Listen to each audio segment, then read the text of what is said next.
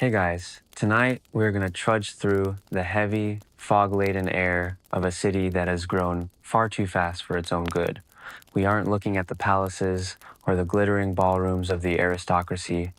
Instead, we are looking down at the muddy, slick cobblestones of mid-19th century London, exploring the bizarre, chaotic, and often contradictory laws that governed what lay beneath. You might think a sewer system is just pipes and water, but the story of how London cleaned itself is actually a story of legal battles, strange taxes, and a desperate fight against a city that was slowly drowning in its own refuse. Trust me, given the sheer scale of the biological hazard we're about to walk into, you probably won't survive this, at least not with your boots clean. So, before you get comfortable, take a moment to like the video and subscribe, but only if you genuinely enjoy what I do here. Go ahead and drop a comment letting me know where in the world you are drifting off from and what time it is on your clock. I always love seeing the map of our little community. Now, dim the lights, maybe turn on a fan for that soft background hum, and let's ease into tonight's journey together. You are standing on a street corner in the district of Street Giles, sometime in the early 1840 seconds. The sun has technically risen, but you wouldn't really know it. The light is struggling to push through a thick, yellowish blanket of smog that tastes faintly of coal smoke and damp wool. It's quiet, or as quiet as London ever gets. The rattle of a carriage wheel on stone echoes from a few streets over, muffled by the heavy air. You wrap your coat tighter around yourself, but the dampness here has a way of seeping right through the fabric, settling into your bones. It's a cold that feels lived in, sticky, and persistent. But the first thing you notice isn't the cold, it's the smell. It's not a sharp scent, not yet. It's a low, heavy background note that seems to come from everywhere and nowhere all at once. It smells like stagnation, like wet earth that has been turned over too many times and left to rot. You look down at your feet. The cobblestones are slick with a dark, viscous mud. You step carefully, trying to find a high point on the stones, but it's impossible to avoid the muck entirely. This isn't just rain and dirt, and deep down, you know that. This is the physical manifestation of a city that has completely outgrown its infrastructure. At this moment in history, London is the capital of the world, the beating heart of an empire that spans the globe. It is a marvel of industry, finance, and culture.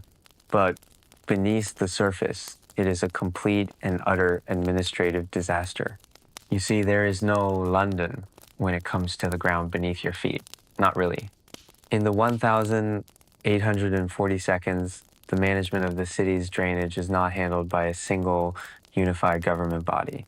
Instead, it is a patchwork quilt of ancient commissions, local parish boards, and private companies, all operating with different rules, different budgets, and different levels of incompetence.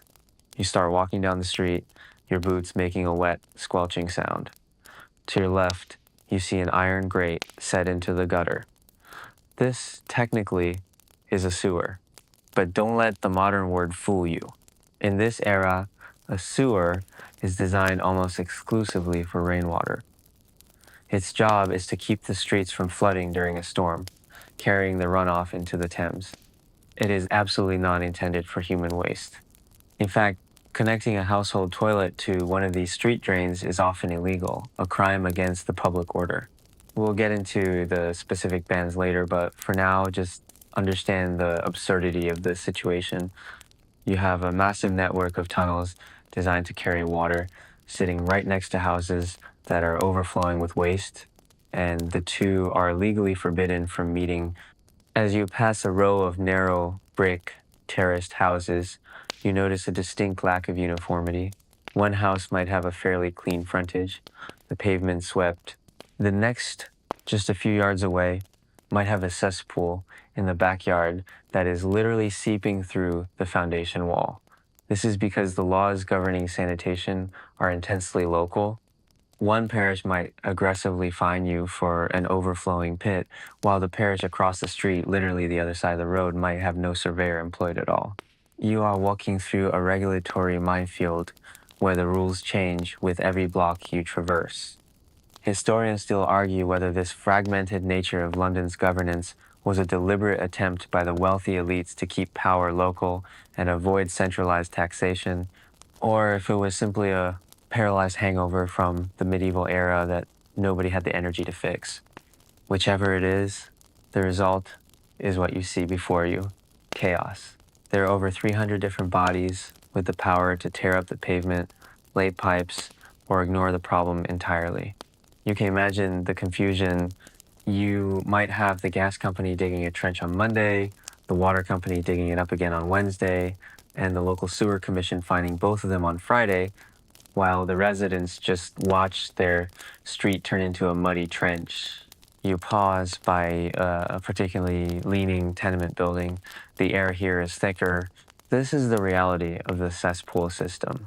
Since waste cannot go into the street sewers, it goes into deep brick-lined pits in basements or backyards. There are a estimated 200,000 of these cesspools across London right now. They are supposed to be emptied regularly by nightmen, but that costs money. Money that your average landlord, who probably owns this crumbling building, is not willing to spend.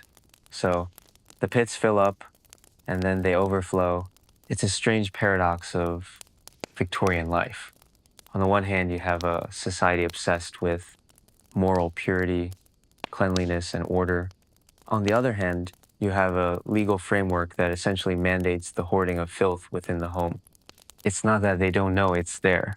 It's that the legal and logistical systems are completely unequipped to deal with the biology of a population that has exploded from 1 million to 2 million in just a few decades.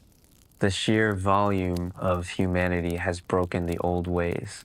Here is a quirky little detail that really highlights the lack of standardized rules. In some districts, the sewer is actually just an open ditch running behind a row of houses. There is no pipe, no brickwork, just a muddy trench that legally qualifies as a drainage system. If you were a child playing in this backyard, the boundary of your property might be marked by a slow-moving stream of gray sludge, and legally, that sludge is nobody's problem until it blocks the flow of a neighbor's sludge. The prevailing scientific theory of the time, the miasma theory, tells you that disease is caused by bad air. You can feel the weight of that belief as you breathe. People are terrified of the smell, not because it's gross, but because they believe the smell itself is the killer. The irony, of course, is that this fear of the smell often led to laws that made things worse, like sealing up houses to keep the bad air out, which only trapped the gases from the basement cesspools inside with the family. You turn a corner and the fog thins slightly, revealing a wider avenue. Even here, in the wealthier part of town, the chaos is evident. You see a crew of men arguing over a hole in the ground. One man holds a map from 1750. Another holds a permit from a parish that doesn't strictly exist anymore. They are arguing about whose jurisdiction the drain falls under. Is it the Westminster Commission of Sewers? The Holborn and Finsbury Commission? While they argue, the hole remains open, and the rain begins to fall, washing more of the street filth into the cut. This is the Great Cesspool Chaos. It is a city operating on medieval software while trying to run immense industrial hardware. As you walk, the rain picking up, tapping a rhythmic pattern against the brim of your hat, you realize that the silence of the city is deceptive. Beneath the ground, the pressure is building. The pits are full, the laws are broken, and the river, the great gray Thames flowing just a mile south of you, is waiting to receive it all. But for now, you just pull your collar up, step over a particularly suspicious puddle, and keep walking into the fog. You step away from the argument between the confused workmen and continue your slow drift through the damp streets. The rain is heavier now, a steady, rhythmic drumming that washes the soot from the rooftops and sends miniature rivers cascading down the gutters. You watch a swirling eddy of water carry a discarded newspaper page toward a storm drain. It vanishes into the dark opening with a hollow gurgle. It looks efficient enough watching that water disappear. But you know the secret now. You know that for decades, connecting anything other than rainwater to that drain was not just frowned upon, it was a forbidden act. It sounds counterintuitive to your modern sensibilities, doesn't it? Today, we assume that the primary purpose of a sewer is to carry away human waste. But you have to shift your mindset to understand the Victorian logic. In the early 19th century, the sewer networks were considered the lungs of the city's drainage, meant solely to keep the streets dry. The idea of flushing a toilet into them was legally viewed as an act of pollution. The river, the Thames, was the source of drinking water for much of the city. The logic was, if you flush waste into the storm drains empty into the river, and then we drink the river. Therefore, waste must stay in the cesspool. It was a primitive form of environmental protection, strictly enforced by the various commissions of sewers. If you were a wealthy homeowner in 1815 and you decided to install one of the newfangled water closets, an early flush toilet, you were legally required to pipe it into your backyard cesspool. If a surveyor caught you connecting it to the street sewer, you faced a hefty fine. The law was explicitly designed to keep the rivers clean by keeping the filth contained within the private sphere of the home. You walk past a row of grand Georgian townhouses. They look imposing, stoic with their black iron railings and white stucco fronts. But you know that beneath those elegant floorboards, there are brick chambers holding years, sometimes decades, of accumulated waste. It's a ticking time bomb of volume. And here is where the technology starts to outpace the law. The water closet is becoming popular. It's a status symbol. You can imagine the pride of a merchant showing off his new flushing lavatory to guests. Pull the handle, he says, and it all just disappears. But it doesn't disappear. It rushes down a pipe and into the cesspool. The problem is, a water closet uses a lot of water. A traditional cesspool was designed for a low-volume waste that would slowly seep into the surrounding soil, a horrific concept in itself, but one that worked for centuries when the population was lower. Now, you are dumping gallons of water into these pits every day. They fill up almost instantly. The ground around you is becoming saturated. You can almost feel the sponginess of the earth beneath the cobblestones. The forbidden flushes are creating a hydraulic crisis. The liquid from the cesspools is leaching through the soil, seeping into the foundations of neighboring houses, and most disastrously contaminating the shallow wells that many people still use for drinking water. Then the law flips. You are witnessing a rare moment where a government realizes its regulations are causing a catastrophe, and in a panic, it completely reverses course. It starts around 1815, but gains real momentum in the 1840 seconds. The authorities realize the cesspools are overflowing and causing cholera, though they still blame the smell, the miasma. So the Metropolitan Commission of Sewers, in a desperate bid to clear the stagnant air of the city, issues a new directive. Suddenly, you aren't just allowed to connect your drain to the sewer, you are mandated to. Imagine the confusion. For a generation, you were told that connecting your toilet to the sewer was a crime against the river. Now, a man in a top hat knocks on your door and tells you that you must abolish your cesspool and flush everything into the street drain. It is a complete 180-degree turn in urban policy. The forbidden flush becomes the mandatory flush. You watch a laborer across the street. He is hacking away at the pavement, laying a new ceramic pipe. He is connecting a house to the main sewer line. This is the physical enactment of that legal flip. Millions of gallons of waste that were previously stored in the ground are suddenly unleashed into the storm drain network. And remember what the storm drains do? They flow directly into the Thames. Historians still argue whether this decision was a calculated risk or a moment of profound administrative blindness. Did they know they were destroying the river to save the houses? Or did they simply think the river was big enough to take it? The solution to pollution is dilution, was the catchy, albeit scientifically flawed mantra of the day. They truly believed the tide would wash it all out to sea. But you, standing there in the rain, can see the flaw in the plan. The Thames is a tidal river. It flows out, but then it flows back in. The waste doesn't leave.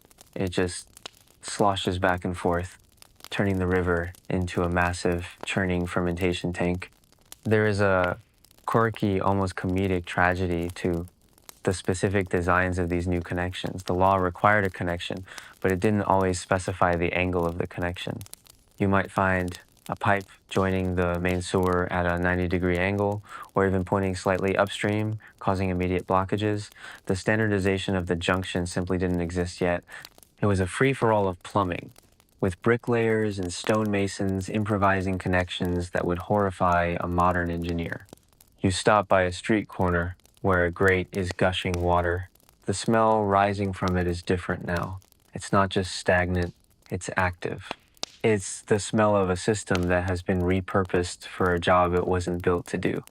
The brick tunnels of the old storm drains are flat-bottomed, designed for rushing rainwater, not solid waste. The solids settle, accumulate, and rot. The sewers themselves are becoming elongated cesspools. This transition period, where the forbidden flush becomes the mandatory flush, is the tipping point. It is the moment London decided to sacrifice its river to save its air. It is a classic case of solving one problem by creating a much, much larger one. You turn your collar up against the wind. The rain feels cleaner than the ground now.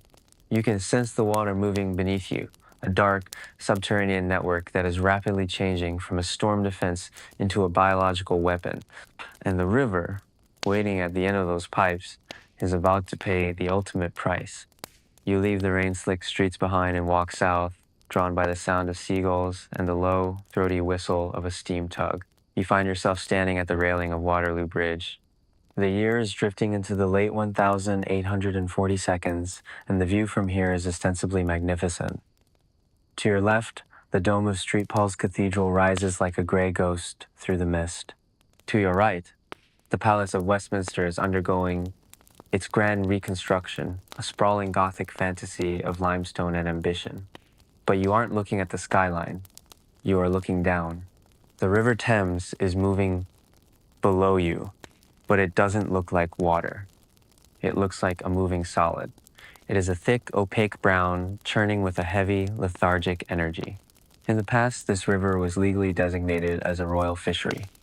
It was protected by ancient charters and overseen by the City of London Corporation, whose primary mandate was to keep the channel clear and the water pure enough for the king's salmon.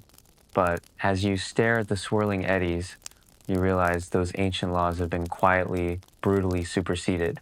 You are witnessing the results of the laws of the Thames, or rather the suspension of them. When the decision was made to flush the cesspools into the sewers and the sewers into the river, the legal status of the Thames fundamentally shifted. It stopped being a protected natural resource and became, in the eyes of the law, a piece of industrial machinery. It was reclassified, implicitly if not explicitly, as a scouring agent. The legal argument put forward by the proponents of this shift, men like the reformer Edwin Chadwick, relied on a concept that sounds madness to you now. They argued in parliamentary committees that the natural volume of the river gave the city a right of dilution. The theory was that the Thames was so large and the tide so powerful that any amount of waste dumped into it would be rendered chemically neutral within hours. Therefore, they argued, dumping sewage wasn't pollution. It was a form of purification. It was a legal defense that allowed the government to bypass centuries of common law regarding nuisance. Under English common law, you have a right to the quiet enjoyment of your property, free from the stench and filth of your neighbor. If a factory upstream dumped dye into a stream that ruined your farm's water, you could sue them. But here, the neighbor dumping the filth was the government itself, acting under the authority of new sanitary acts. The legal recourse for the average citizen vanished. The river became a state-sanctioned drain, and there was no one left to sue. You lean further over the railing, your eyes tracing a streak of black sludge moving against the current. This is the flaw in the dilution argument. The lawyers and politicians forgot or ignored the physics of a tidal estuary. The tide comes in twice a day. The sewage goes out the tide pushes it back. The waste doesn't leave London, it simply paces back and forth like a caged animal. Historians still argue whether the engineers of the time genuinely misunderstood tidal hydrodynamics, or if they were so desperate to solve the cholera crisis in the slums that they simply chose to sacrifice the river as the lesser of two evils. Here is a quirky, horrifying tidbit about this legal transition. Despite the river rapidly becoming a toxic soup, the law did not immediately stop the private water companies from pumping this water back into people's homes for drinking. There were statutes that allowed companies like the Southwark and Vauxhall Waterworks Company to drop their intake pipes right into the murky depths of the Thames, often just yards away from where a sewer outlet was spewing waste. There was no Clean Water Act to stop them. Their charter simply said they had to provide water. It didn't specify that the water shouldn't contain the microscopic remnants of your neighbor's bathroom habits.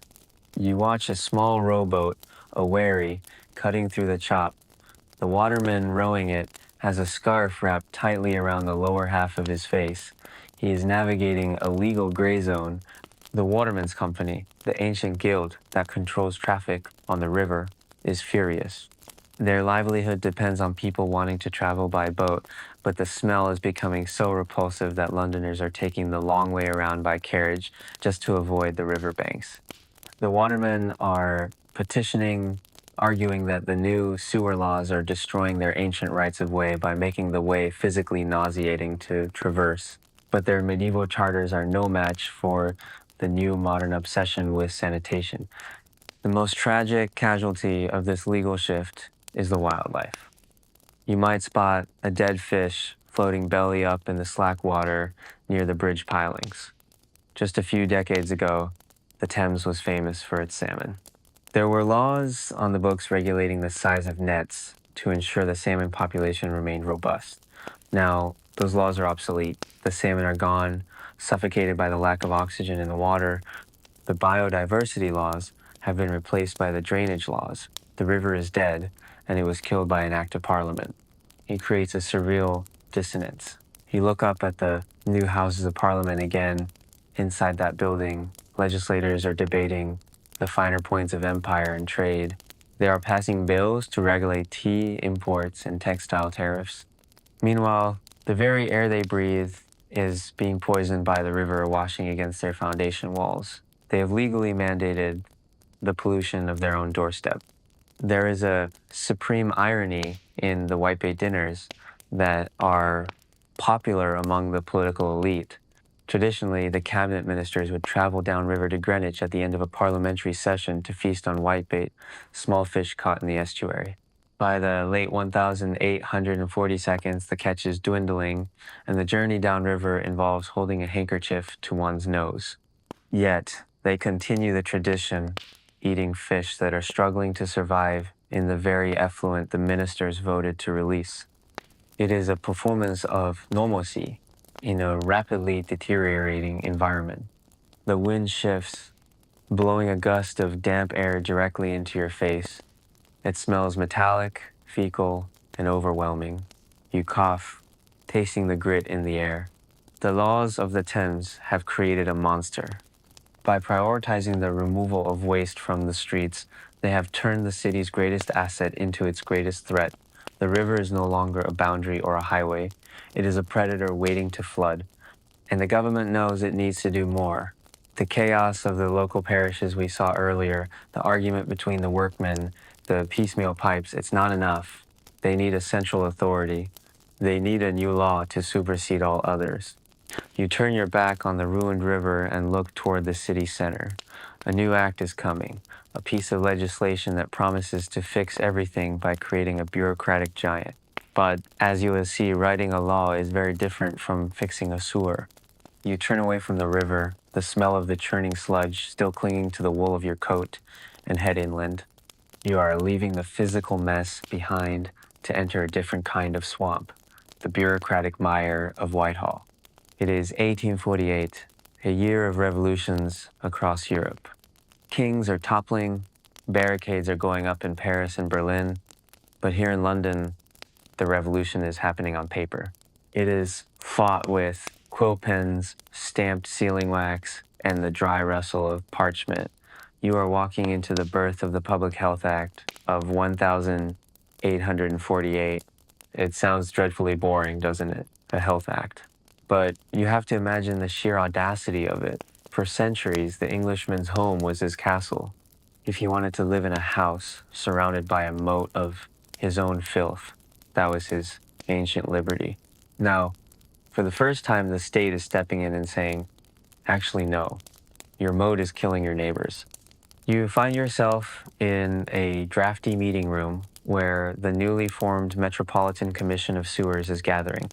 This is the board that the 1848 Act has cobbled together.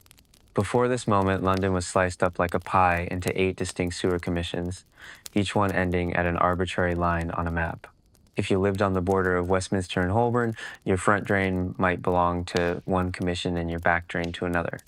The 1848 Act tries to smash these 8 separate fiefdoms into one single powerful entity.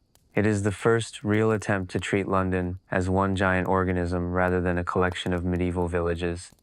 But as you watch the commissioners arguing around a mahogany table, you realize that declaring unity on paper is very different from achieving it in the mud. The act gives this new body the power to survey, to plan, and to mandate drainage. But it includes a fatal flaw, a loophole so big you could sail a barge of refuse through it. The act is largely permissive.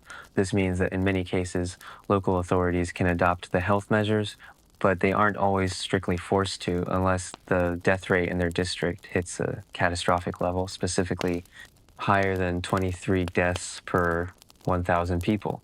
Think about that for a second. You literally have to wait for a certain number of your neighbors to die before the central government is legally allowed to step in and fix the drains. It is legislation by body count. You wander over to a clerk who is frantically trying to overlay a new map onto a patchwork of old parish surveys. This is the reality of the impossible jurisdiction. The new board supposedly has authority, but the local parish vestries, the small, fiercely independent local councils, hate them. To the local vestrymen, this new board in Whitehall is a tyrant, a centralization of power that threatens their local autonomy. So they resist. Here is a quirky example of this resistance. The new commission decides it needs a comprehensive map of London's underground to even begin planning a unified system. They send out surveyors, men with theodolites and chains, to measure the sewers. But in some districts, local parish officials literally lock the gates to the sewer entrances.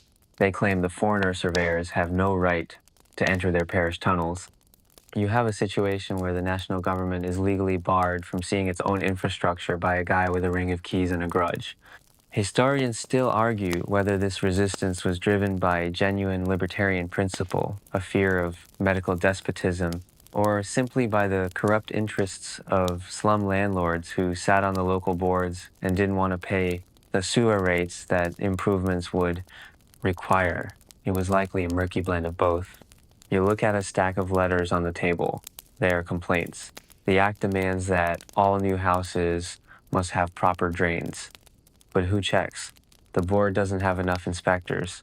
So builders quickly realize they can just lie. They lay a few feet of pipe at the front of the house to look good for the inspector, but the pipe goes nowhere. It just dead ends into the earth. These are dummy drains, a phantom infrastructure that looks compliant on a clipboard, but does absolutely nothing to stop the cholera. The atmosphere in the room is tense. The man driving this centralization is Edwin Chadwick, a figure you might picture as the ultimate Victorian bureaucrat stern, humorless and obsessed with efficiency. He believes in arterial drainage, a system of small, self-scouring pipes, but his arrogance alienates the very engineers he needs to build it. He tries to run the sewers of London like a military campaign, issuing orders from his desk, but the terrain fights back. One mainstream historical fact that anchors this moment is the civic pride paradox. The 1848 Act was passed because of the fear of cholera, which was sweeping in from Asia again.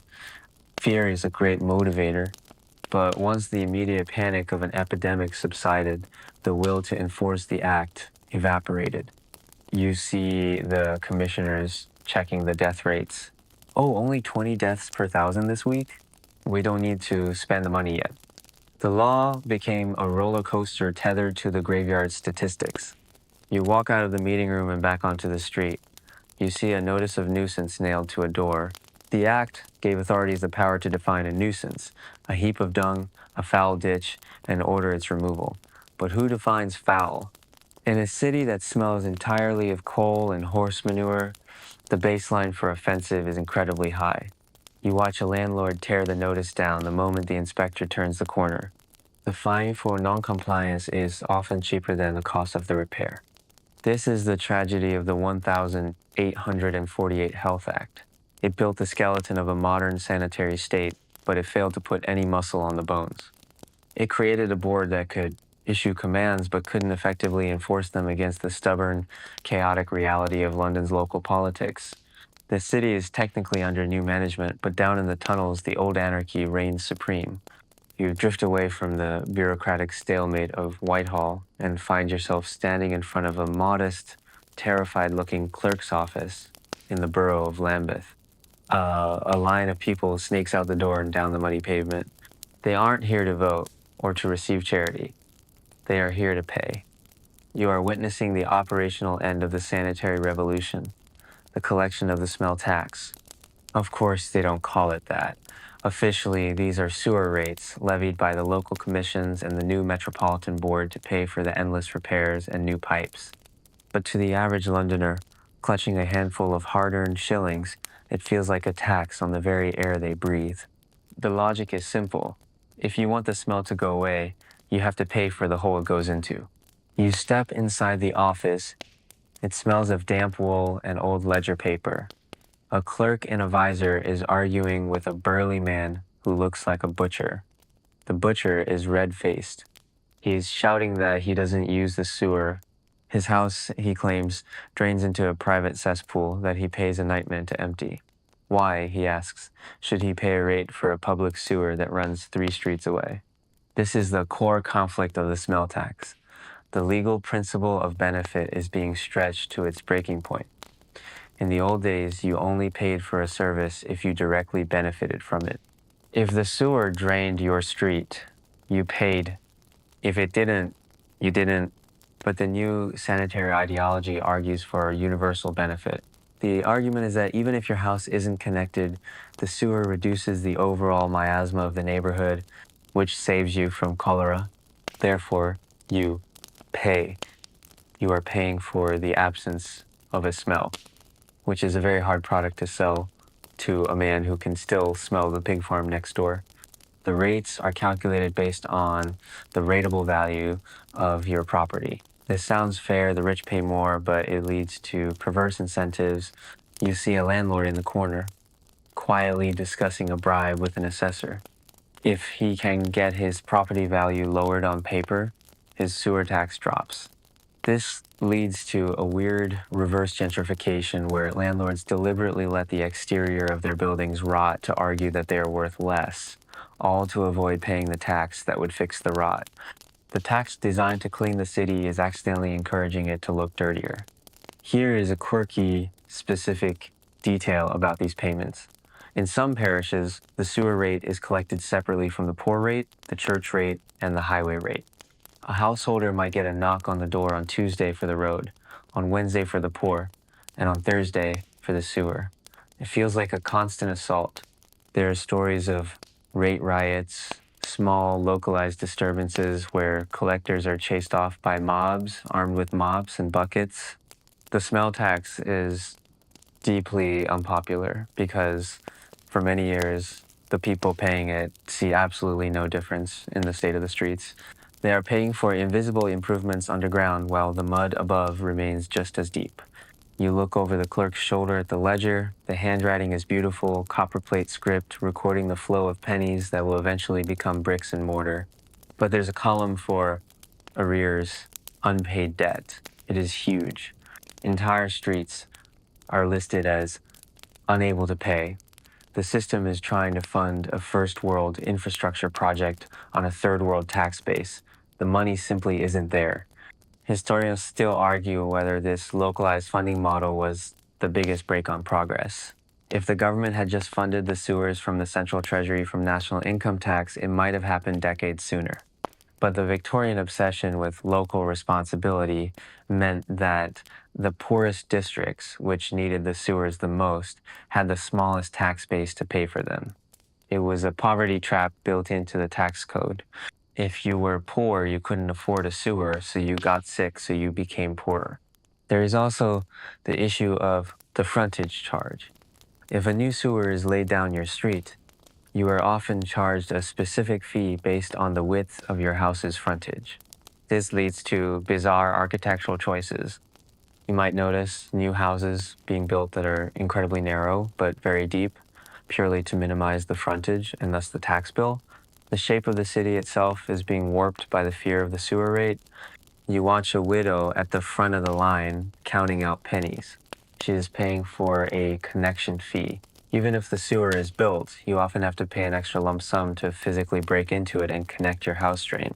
For many, this is the impossible hurdle. The sewer is there, right outside their door, a highway to health, but the toll to enter it is higher than a month's wages. So they continue to use the backyard pail, and the sewer runs empty past their disease-ridden home.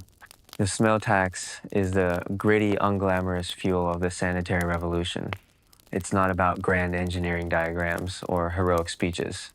It's about these angry conversations in drafty offices, the hoarding of pennies, and the resentment of a population that is being asked to buy a subscription to a service they don't fully understand. You slip out of the office before the butcher's argument turns into a fistfight. The rain has stopped, but the puddles remain. Every one of them is a reminder of a tax unpaid, a pipe unlaid, and a city still waiting for its cure. You wait until the city clocks have chimed 12. The streets have emptied of carriages and pedestrians. The gas lamps are flickering, casting long, wavering shadows against the brickwork. It is now technically tomorrow, and the city has entered a different legal jurisdiction. The laws of the day, commerce, traffic, propriety have been suspended, and the laws of the night have taken over. You hear a low rumble approaching, the sound of heavy wheels on stone, but these wheels are wrapped in straw or old leather to muffle the sound. A cart emerges from the fog, drawn by a horse that looks as tired as the city itself. You are witnessing the arrival of the night soilmen. Their name is not a poetic flourish. It is a legal definition. Under the various police acts and local bylaws of the Victorian era, the removal of human waste from cesspools is strictly forbidden during daylight hours. Specifically, the window of operation is usually rigid between midnight and 5 a.m., or in summer, perhaps until 4 a.m. If a nightman is caught with a laden cart after the sun has risen, he faces a magistrate and a heavy fine. The law demands that the city's biological reality must be invisible to its waking citizens. The filth must vanish like a magic trick while the respectable world sleeps. You watch as the team sets up. There are usually 4 of them. They work with a practiced, silent efficiency that borders on the artistic. They aren't rushing, because rushing leads to spills, and spills lead to trouble. There is a holeman, the unfortunate soul whose job it is to physically descend into the brick pit in your basement. Then there is the rope man, or the tub man, who hauls the buckets up. They move in a rhythm: fill, lift, carry, dump. The legal contract governing this transaction is fascinatingly complex. You, the householder, have to pay them, but the price is often fixed by the parish to prevent extortion. However, there is a gray market economy at play. The solids are valuable, the liquids are not. A nightman might quote you a lower price if he suspects your cesspool contains good quality waste. That is, waste that can be easily sold to farmers as fertilizer. If it's too watery, it's harder to transport and harder to sell, so he charges you more to take it away. You are essentially haggling over the viscosity of your own refuse in the middle of the night. The cart itself is subject to strict regulations. It must be watertight, a term that the law uses optimistically. In reality, these carts, often called iron tumbrils, are prone to leaking. There are specific statutes that fine a nightman for every drop spilled on the public highway. Imagine the stress of that job. You are driving a leaking wooden or iron tank through pitch black streets, racing against the sunrise, terrified that a pothole will cause a splash that costs you a week's wages. As you stand there in the shadows, you might notice a peculiar smell, not just the obvious one, but the sharp tang of gin. It is an open secret, and in some crews, a contractual stipulation that the nightmen are provided with a gin allowance. The work is so physically and olfactory repulsing that sobriety is considered a hindrance. The law turns a blind eye to their intoxication because, frankly, no sober man would climb into a hole filled with 3 years of decomposition for a few shillings. There is a mainstream historical fact that often gets lost in the disgust. This system was, for centuries, a perfect ecological loop. The nightmen didn't just dump the waste in the river, at least, not the honest ones. They carted it out to the market gardens that surrounded London, places like Fulham, Battersea, and the Isle of Dogs. The waste was sold to farmers who used it to grow the massive vegetables that fed the city. London literally ate its own waste, processed through the soil. It was a sustainable cycle that kept the soil rich and the cesspools mostly empty. However, historians still argue whether the breakdown of this trade was the true tragedy of the sanitary revolution. As the water closets and sewers took over, this night soil was diluted with millions of gallons of water and flushed into the Thames, where it became pollution. The farmers lost their cheap fertilizer, and the river lost its oxygen. Some economic historians suggest that the 1848 Public Health Act accidentally destroyed one of the most efficient recycling systems in pre-industrial history. You watch the Holman climb out of the cellar. He's covered in a thick gray clay, the pug used to seal the cesspool back up. The sealing is another legal requirement. Once emptied, the pit must be hermetically sealed to prevent the miasma from escaping. Of course, the seal is usually just a bit of wet mortar slapped over a stone, and it will crack within a week. But the law is satisfied. There is a quirky, almost touching detail about the social status of these men. Despite being pariahs, the untouchables of Victorian society, they often earn good money, sometimes more than a skilled clerk. They are gold finders, a sarcastic nickname that hints at the reality that where there is muck, there is brass. And occasionally, they literally find gold. Coins, jewelry, and silverware often fall into the privies, and by the ancient laws of finders keepers, or at least the inability of the owner to want it back, the nightman keeps the treasure. The cart is full now. The horse stamps its hoof, impatient. The driver checks the sky. A faint gray line is appearing in the east. The curfew of filth is ending. If they don't cross the parish boundary and reach the dumping depot or the barge wharf before the church bells ring for morning prayer, they are in violation of the Police Act. You watch them trundle away, the heavy cart groaning under the weight of the city's secrets. They are driving toward the edge of town, toward the farms that are waiting for their delivery. In a few years, these men will be gone. The new sewers, the great underground rivers we are about to discuss, will put them out of business.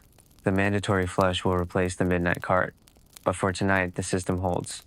The city has been purged, the laws of the night have been obeyed, and London can wake up pretending that it doesn't have a body, only a spirit.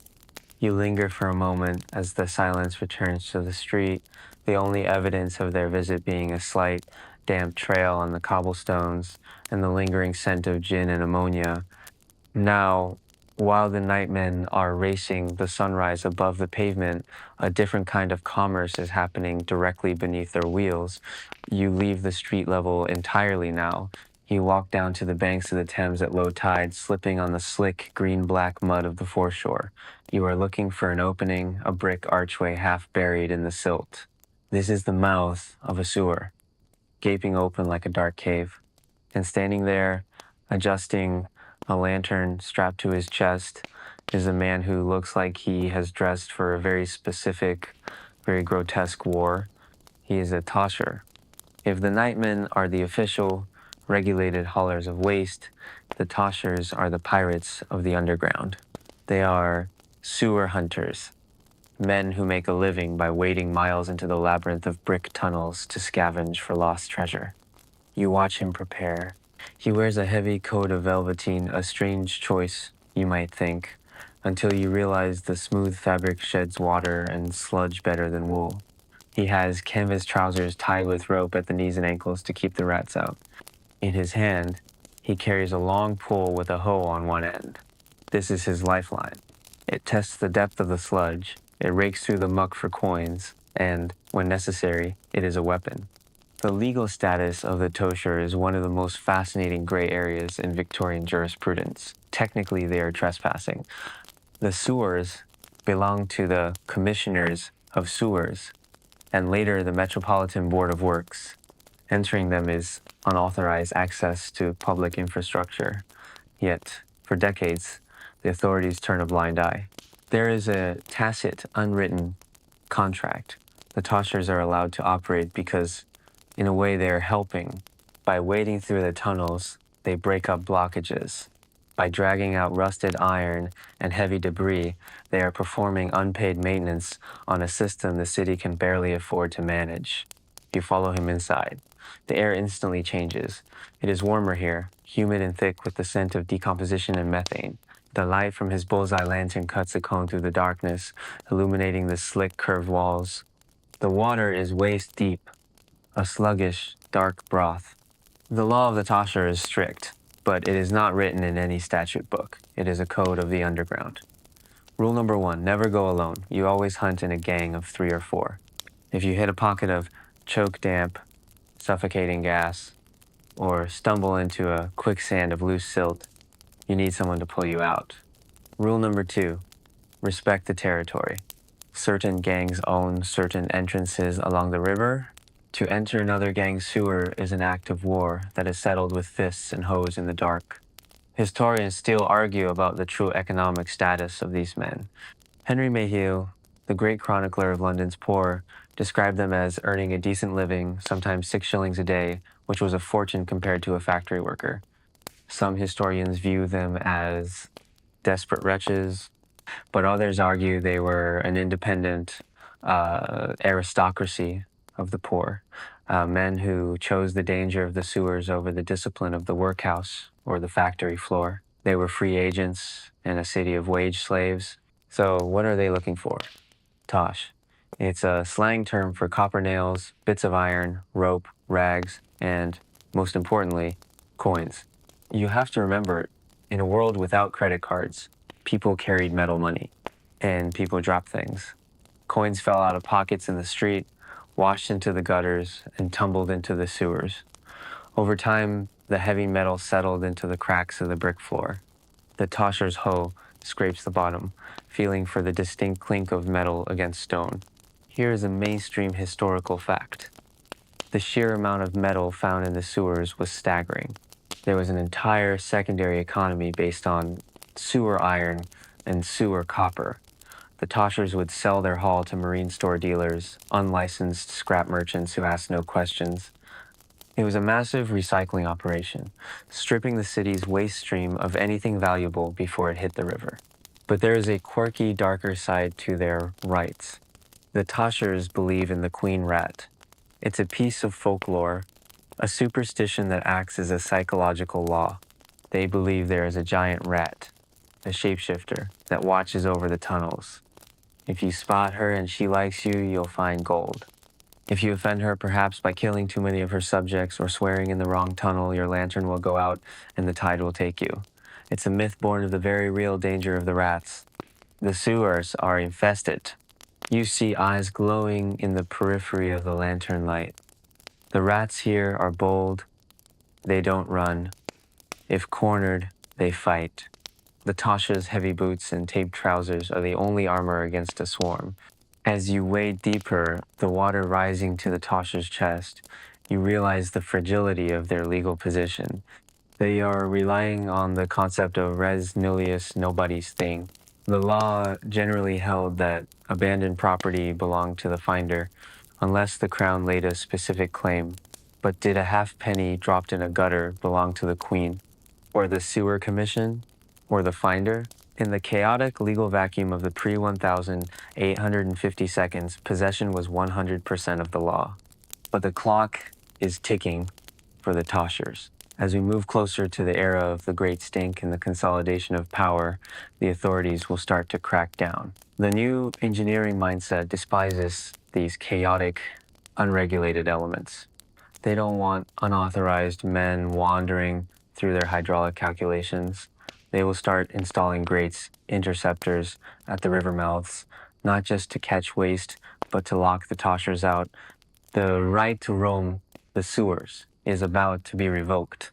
For now, though, the Tosher stops. He grins, his teeth white in the grime-streaked face. He reaches into the muck and pulls out a silver spoon, blackened by sulfur but unmistakably valuable. He wipes it on his sleeve and slips it into a pouch. It's a good night.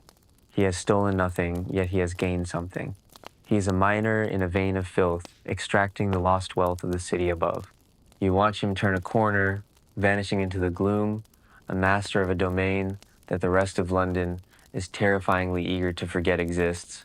You emerge from the sewer mouth, gasping for the relatively fresh air of the riverbank, and fast forward a decade. It is the summer of 1858. You are standing on the terrace of the Houses of Parliament. The sun is blazing, an unusually hot July that is baking the city streets. But nobody is enjoying the weather.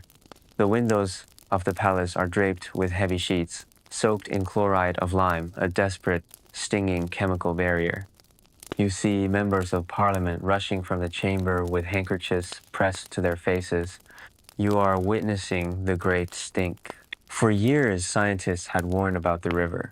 For years, the Toshers and the nightmen had navigated the mounting filth. But it wasn't until the smell physically assaulted the nostrils of the ruling class that the legal machinery truly ground into gear.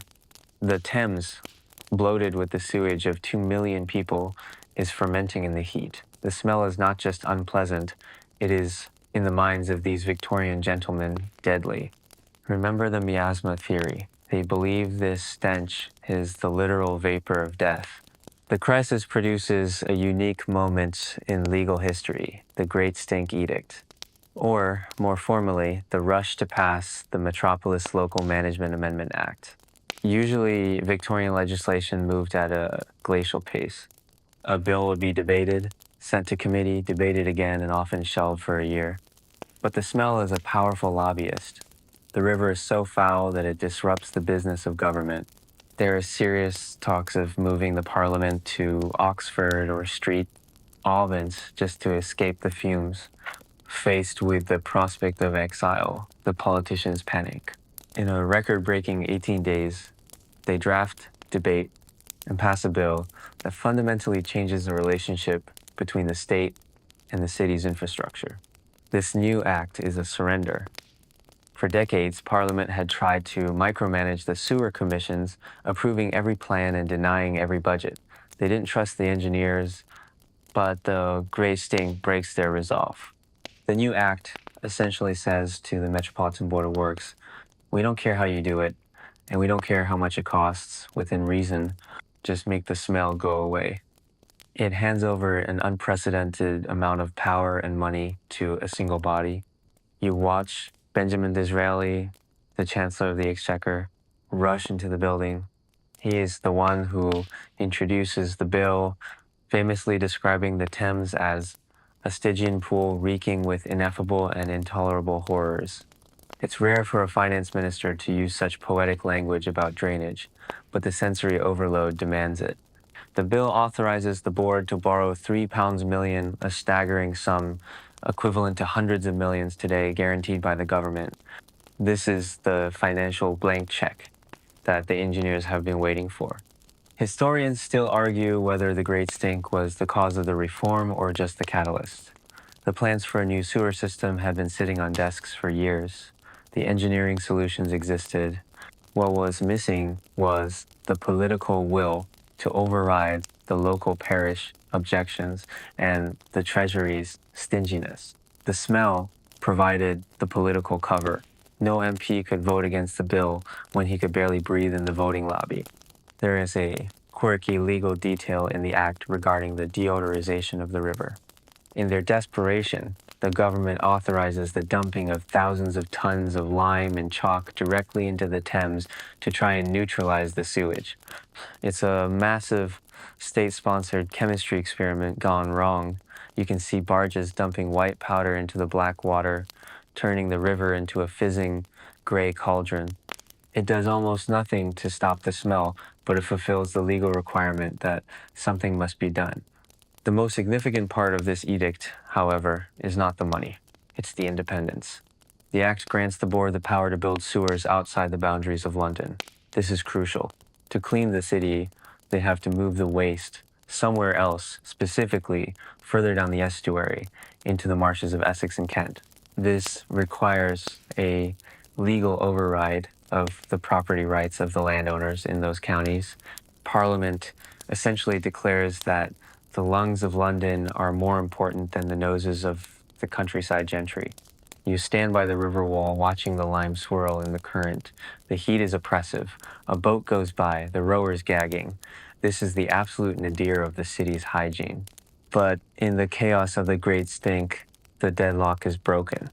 The arguments about jurisdiction, the petty squabbles of the vestries, the debates about tax rates, they all dissolve in the face of the overwhelming biological reality. The Grey Stink Edict has cleared the path. Now, they just need a man crazy enough to build the solution.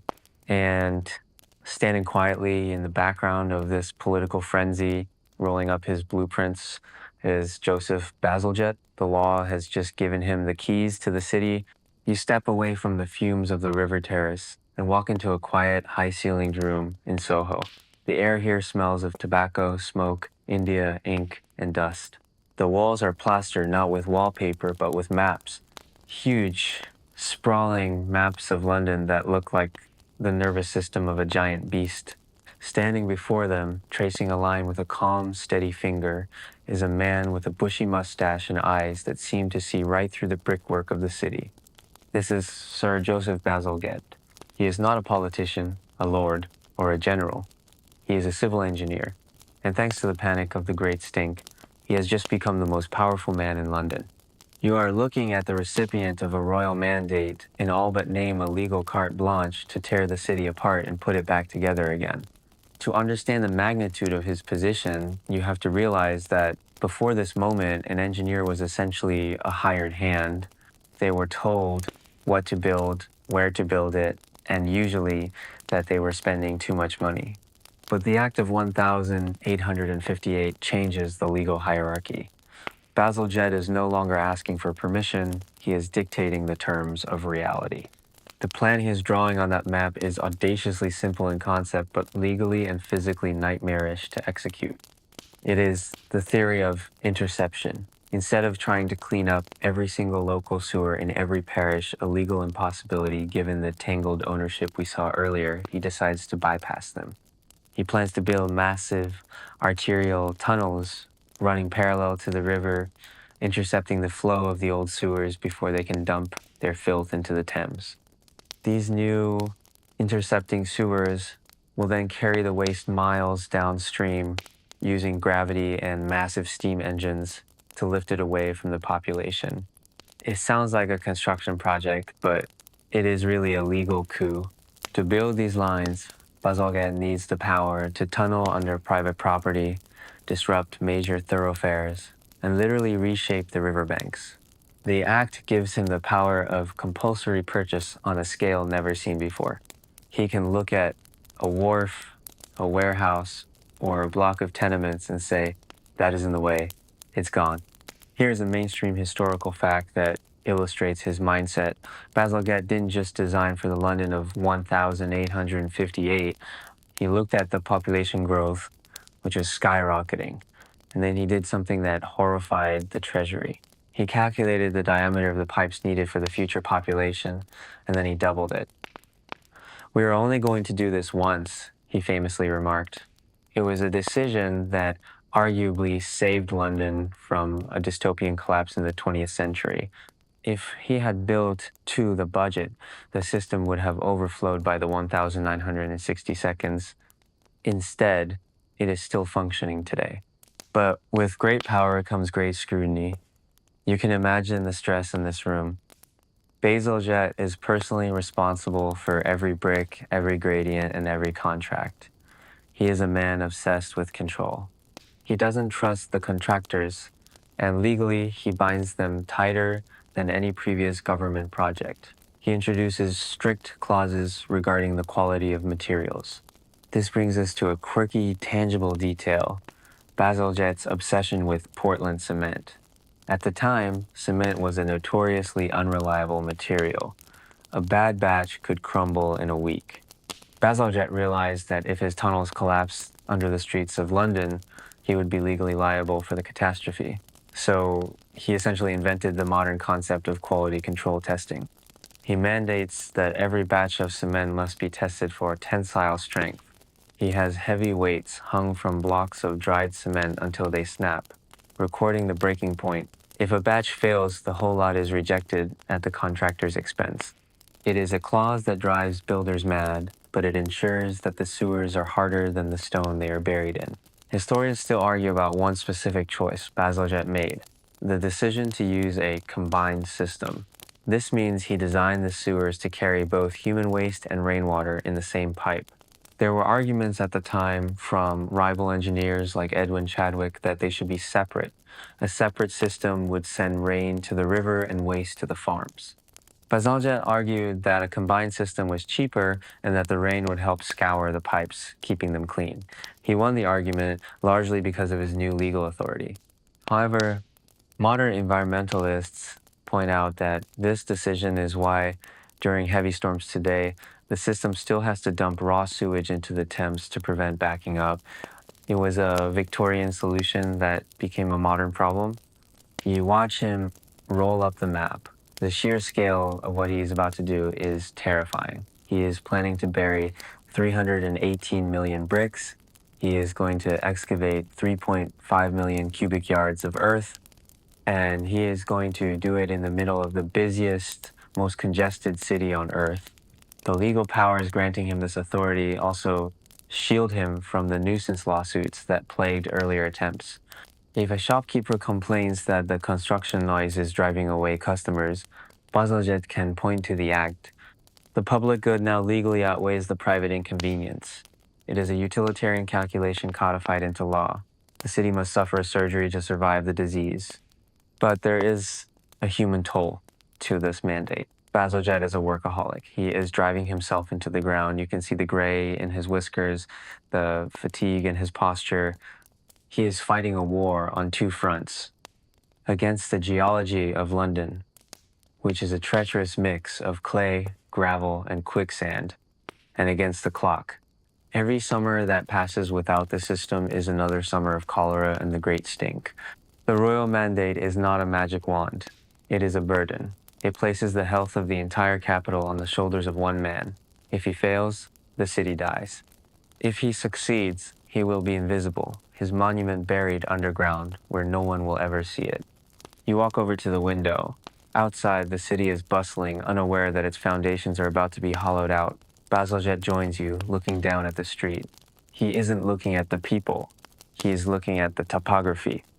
He is seeing the ancient river valleys, the Fleet, the Tyburn, the Ephra rivers that have been paved over but still flow in the dark. He is going to tame them all. He turns back to his desk. The planning phase is over. The legal battles have been won in Parliament. Now, the real battle begins. The battle of iron, brick, and muscle. He dips his pen in the ink. He is signing the first of the great contracts. The ink is black, permanent, just like the darkness of the tunnels he is about to bore. The king of the sewers has taken his throne, and the reign of the underground is about to begin. You leave the quiet of the map room and step into the roar of the reality. It is the early 1860 seconds now, and London is undergoing open heart surgery. Everywhere you look, the skin of the city has been peeled back. Major thoroughfares are closed, replaced by gaping trenches that run for miles. Mountains of clay are piled high on the sidewalks. Steam cranes chug and hiss, swinging buckets of earth over the heads of nervous pedestrians. This is the physical manifestation of the building laws.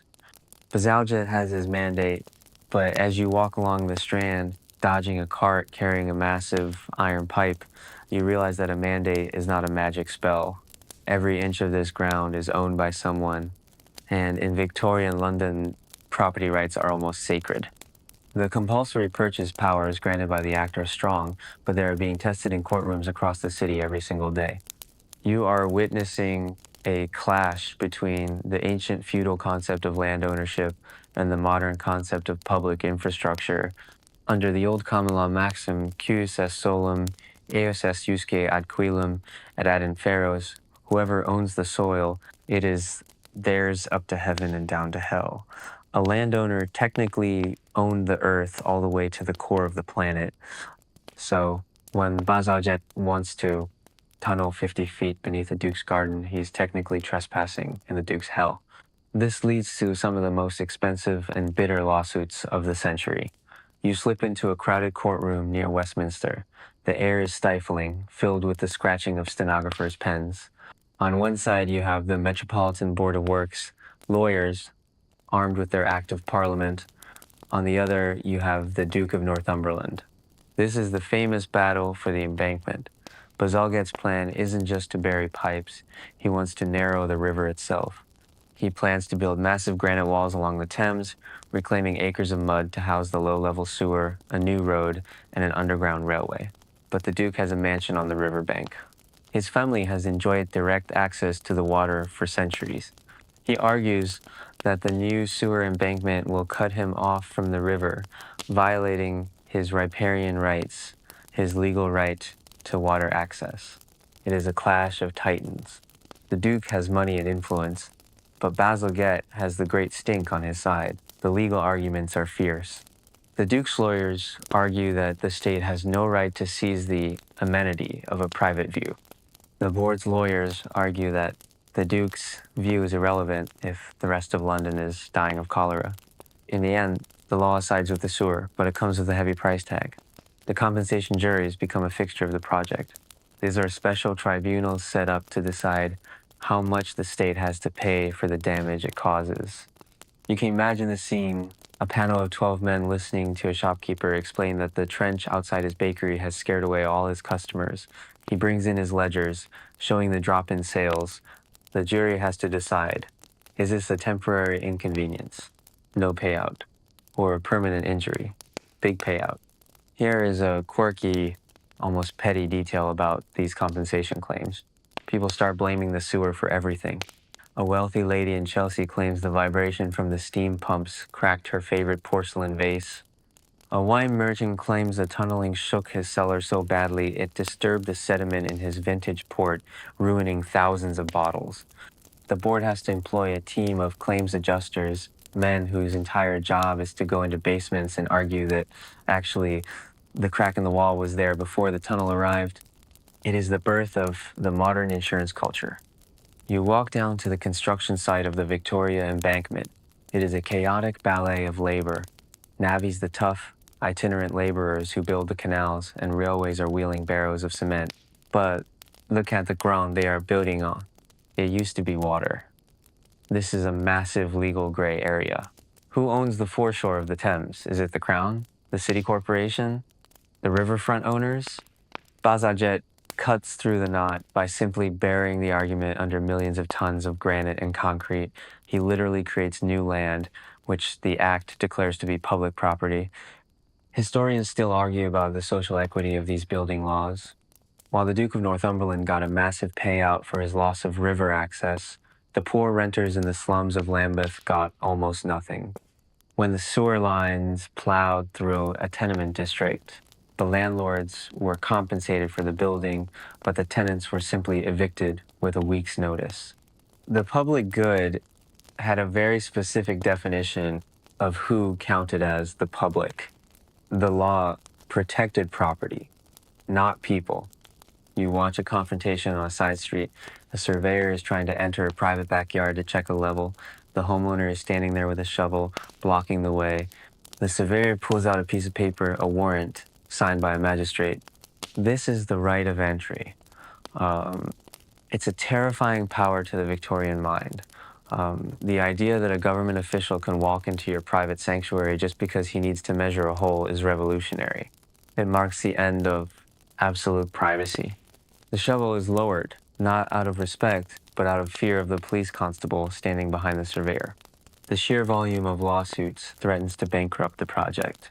Bazalgette spends half his time on site and the other half giving testimony. He has to prove, over and over again, that the route he chose is the only possible route. Why not go under the next street? The lawyers ask, because Bazalgette explains patiently. Gravity does not negotiate. The laws of physics are the only laws he truly respects, and he uses them to batter down the laws of property. One of the strangest legal skirmishes involves the toll bridges. London's bridges were mostly privately owned and charged a toll to cross. Bazalgette needs to run his pipes across the river to connect the south side to the north. The bridge owners panic. If he runs a pipe under the river, he might undermine their foundations. If he runs it on the bridge, he's using their private property. In the end, Bazalgette essentially waits them out or buys them out. The sewer project becomes a catalyst for freeing the bridges, slowly turning them into public highways as part of the wider infrastructure overhaul. You stand on the newly formed granite wall of the embankment. The river is narrower now, tamer. The Duke's water gate is still there. You can see the York House water gate today, stranded hundreds of yards from the river in a park. A dry stone monument to the time when the river was wider and the laws were different. The sewer runs silently beneath your feet. The resistance was fierce. It was fought with writs, injunctions, and threats. But the building laws held. They established a new precedent that the metabolic needs of the city, its need to eat, drink, and excrete, override the rights of the individual to stand in the way. You can feel the vibration of the underground railway train passing deep below, sharing the tunnel with the sewage. It is the pulse of a modern, integrated city forged in the fires of 1,000 court cases. You step off the granite solidity of the embankment and head east, following the invisible flow of the northern outfall sewer. You are leaving the residential zones and entering the industrial heartlands of East London, Bow, Stratford, and West Ham. The air here tastes different. It's not just the coal smoke of hearth fires. It's chemical, acrid, metallic, stinging. You are walking into the unregulated frontier of Victorian industry, where the new sewers are facing their deadliest enemy yet, the factories. This brings us to the Fatberg legislation. It's a modern term, Fatberg, but the legal battle against industrial sludge is as old as the system itself. When Bazalgette designed his brick tunnels, he calculated the flow for household waste and rainwater. He did not calculate for the breweries, the tanneries, the slaughterhouses, and the chemical works that saw these new giant pipes as a convenient, bottomless trash can. You stand outside a tallow factory. The smell of rendering animal fat is overpowering. Inside, men are boiling down carcasses to make candles and soap. In the old days, they would dump the waste fat into a local ditch or cesspool. Now, with the new sewer connection mandated by law, they have a choice. They could pay to have the solid waste carted away, or they could just open a sluice gate and let the hot liquid grease flow into the public sewer. Guess which one they choose? The problem is physics. The fat goes into the sewer hot and liquid, but as soon as it hits the cold water of the underground tunnels, it cools, it solidifies. It binds with silt, rags, and other debris to form concrete hard masses that choke the flow. You are witnessing the birth of the first industrial sewer blockages. The Metropolitan Board of Works is furious. They have spent millions building this system, and now the glue makers of Bermondsey are clogging it up. This leads to a scramble for new bylaws. The Metropolis Management Amendment Act of 1862 tries to tighten the screws. It introduces specific clauses forbidding the discharge of any matter or thing that could interrupt the free flow of the sewer. But here is the legal loophole. What counts as interrupting? A factory owner argues in court that his liquid chemical waste flows perfectly fine. He isn't dumping bricks, he's dumping liquid. The fact that his liquid turns into a solid 3 miles down the pipe is, in his lawyer's opinion, not his client's problem. It is a classic case of out of sight, out of liability. You walk past the gasworks. The ground around it is stained black. These plants produce gas liquor, a toxic byproduct full of ammonia and tar. If this gets into the sewer, it doesn't just block it, it eats the cement. Bazalgette's Portland cement, the stuff he tested so rigorously, is vulnerable to acid attack. The board has to send inspectors, often disguised, to catch these factories in the act. It's a game of cat and mouse. The factories install night pipes, secret bypass valves that they only open at 3 a.m. when the inspectors are asleep. Here's a quirky, somewhat horrifying detail: the slaughterhouse rules. In the mid-Victorian era, many slaughterhouses were small, backyard operations in the middle of crowded streets. The blood and offal had to go somewhere. The new laws explicitly banned sweeping solid offal into the sewers. So, what did the butchers do? They chopped it up smaller. If it fit through the grate, it wasn't solid offal. It was liquid suspension. The lawyers argued over the definition of a solid. Was a clot of blood a solid? Was a bone fragment the size of a coin a solid? The sewers became a grotesque soup of legal definitions. Historians still argue whether the board was too lenient on industry. They were terrified of stifling the economy. London was the manufacturing capital of the world. If they fined the factories too heavily or forced them to install expensive treatment tanks, the factories might close or move. It was a delicate balance between public health and private profit. Often, the board chose to negotiate rather than prosecute. They would send a stern letter, the factory would promise to stop, and then the dumping would continue a week later. You pause by a manhole cover. You can hear a strange sound coming from below, a dull rhythmic thumping. It's the sound of flushing men struggling to break up a blockage. They are down there with pickaxes, hacking away at a wall of congealed tallow and bone. It is dangerous work. If the fatberg breaks suddenly, a wall of backed up sewage can rush forward and drown them. The fatberg legislation is failing them. The law is written on paper, but down here, the grease is winning. There is also the issue of hot water. Many factories, especially breweries and sugar refineries, discharge scalding hot water.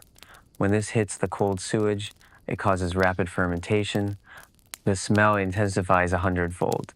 The steam rises, cracking the masonry and filling the streets above with a warm, sick vapor. The board tries to pass laws limiting the temperature of discharge, but how do you police that? By the time the inspector arrives with his thermometer, the hot flush has gone.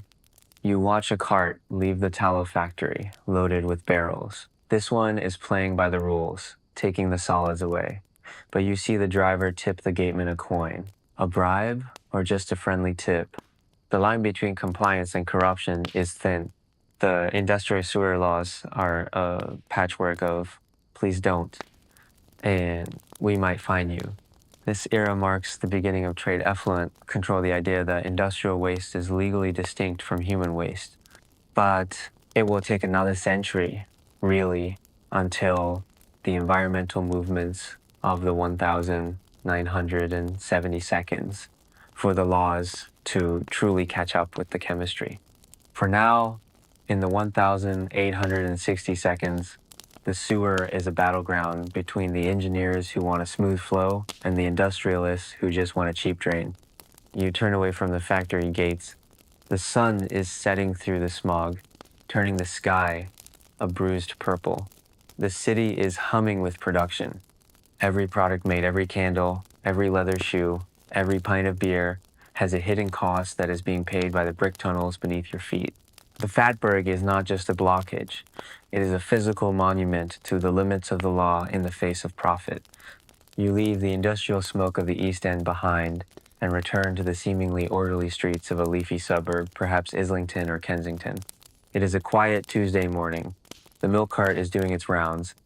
A housemaid is scrubbing the front step, but there is a disturbance at number 42. A group of men are standing in the front garden, staring at a patch of soggy, foul-smelling earth. The homeowner is holding a deed in one hand and shouting at a council surveyor who is holding a map in the other.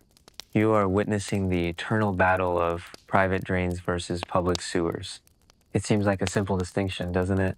The pipe under your house is yours, the big pipe in the street is theirs. But in the tangled legal web of Victorian London, this boundary is the source of more litigation, confusion, and neighborhood feuds than almost any other issue. You are standing on the fault line of responsibility. Here is the core legal definition that causes all the trouble. Under the interpretation of the Sanitary Acts, consolidated later in the Public Health Act of 1875, but present in the earlier case law, a drain is defined as a pipe receiving drainage from one building or premises within the same curtilage. A sewer, on the other hand, is a pipe receiving drainage from more than one building. Why does this matter? Because a drain is private property. If it blocks or breaks, you, the homeowner, must pay to fix it. A sewer, however, is public property. It vests in the local authority or the metropolitan board. If it breaks, the taxpayers fix it. So look at the situation at number 42. The homeowner has a blockage. The smell is rising into his parlor. He claims that because his pipe joins with his neighbor's pipe before it hits the street, the shared section is technically a sewer. Therefore, he argues the blockage is the council's problem. The surveyor argues that it is merely a combined drain and remains a private responsibility. This leads to the golden dustman effect. Homeowners actually want their pipes to be classified as public infrastructure. You see people illegally connecting their drain to a neighbor's drain, not just to save money on pipe laying, but to legally transform their private liability into a public asset. It is a form of infrastructure alchemy. By adding a neighbor's waste to your own, you abdicate responsibility for the pipe. You watch the surveyor sigh and signal a workman to dig. This is the only way to settle it. They have to physically unearth the junction. This is known as the opening up of the ground. It is a tense moment. If they dig down 6 feet and find that the pipes run separately to the street, the homeowner is handed a bill for the digging and the repair. If they find they join, the surveyor has to apologize, and the parish pays. There's a quirky, specific type of fraud related to this. The phantom junction. Speculative builders, the men who threw up rows of cheap terraces in the 1,860 seconds, often didn't record where the pipes went. They would tell the buyer, "Oh, yes, direct connection to the main sewer." Years later, when the system fails, the homeowner discovers their pipe actually just dumps into an old, bricked over stream or a forgotten cesspool that the builder didn't bother to decommission. The map says one thing, the shovel reveals another. Legally, the homeowner is now liable for a nuisance, even though they bought the house in good faith. Historians still argue whether this legal confusion actually worsened the public health of the suburbs. Because the liability was so murky, nobody wanted to touch a blocked pipe. The homeowner waited for the council waited for the homeowner. Meanwhile, the sewage seeped into the foundations for weeks. The fear of the bill was a potent paralyzer of action. You walk to the backyard of the house, you see a ventilation pipe running up the side of the wall. This is another legal requirement, but one that is often misunderstood. The law requires a trap, a U-bend, to stop gas coming back up. But the trap needs air to flow, or the water seal will be sucked out by the pressure. The location of these traps is a constant battleground. The law says the trap must be accessible, but accessible to whom? The inspector? The homeowner? You often find traps buried under heavy flagstones or ornamental flower beds, making them legally non-compliant and practically useless. There is a mainstream historical fact that highlights the absurdity. In some cases, the legal status of a pipe could change halfway down its length. A pipe could start as a private drain, become a public sewer when it picks up a neighbor's pipe, and then, due to a quirk in how it crosses private land, become a private watercourse before hitting the main sewer. It was a legal chameleon. Lawyers made fortunes arguing over the definition of a single premises. If you had a house and a stable block, was that one premises drain or two sewer? You notice the workmen have found the pipe. It is made of earthenware glazed brown. This is a salt glazed pipe, the standard required by the board. But look at the joint. It's cracked. The tree roots from the garden have grown right through it. This brings up the law of roots. If your neighbor's tree roots break your drain, who pays? In the Victorian era, this is a gray area of tort law. Usually, you have to prove negligence, which is hard to do against a tree. So, usually, the person with the sewage in their basement pays regardless of whose tree caused it. The distinction between private and public is also a distinction of secrecy. The public sewers are mapped, mostly. The private drains are often a mystery.